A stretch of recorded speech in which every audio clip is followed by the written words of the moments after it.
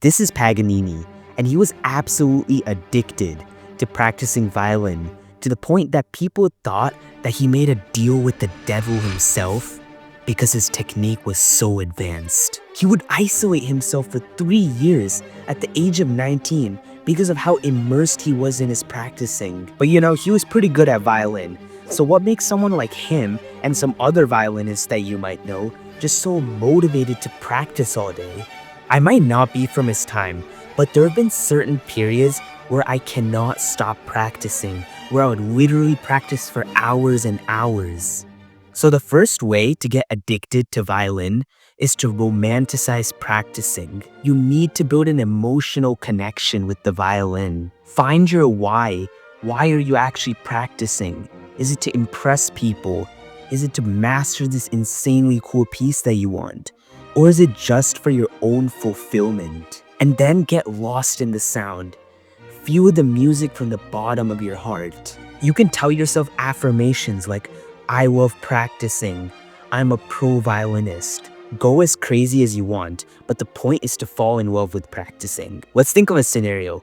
Ben and Alex are both competing in a violin solo competition. Ben takes his practicing very seriously. He analyzes every note, worries about his mistakes, and constantly stresses about whether his technique is good or not. Alex, on the other hand, treats practicing as a game. He truly enjoys practicing. And because of this, he can get into a flow state and practice for hours and hours. So who do you think's gonna win this competition?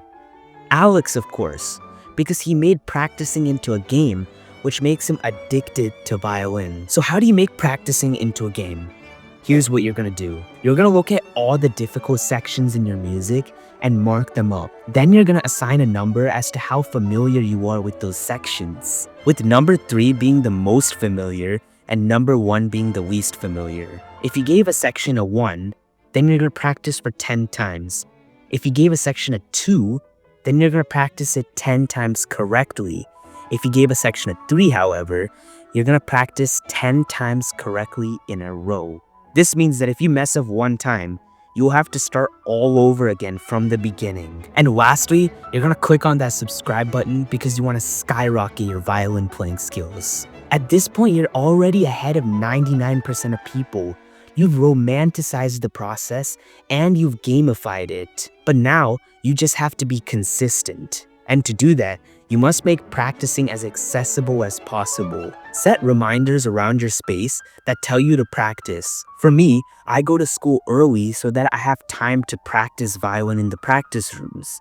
I have an orchestra class in school. I have an orchestra out of school. I have a block of time to practice once I'm home. So throughout my day, I have opportunities to practice. And I'm sure you do as well. You've just got to find them. And if you've been struggling to learn violin online with all these random videos talking about different concepts and skills, and you're just super confused, scroll down below and click on the first link. It's a Google form. You can fill out a few details and then we can schedule lessons together. And this will just simplify the process so much. It will relieve your confusion. Trust me, it'll be your first step to making progress on the violin. Once you've filled out the form, click and watch this video here. Thanks.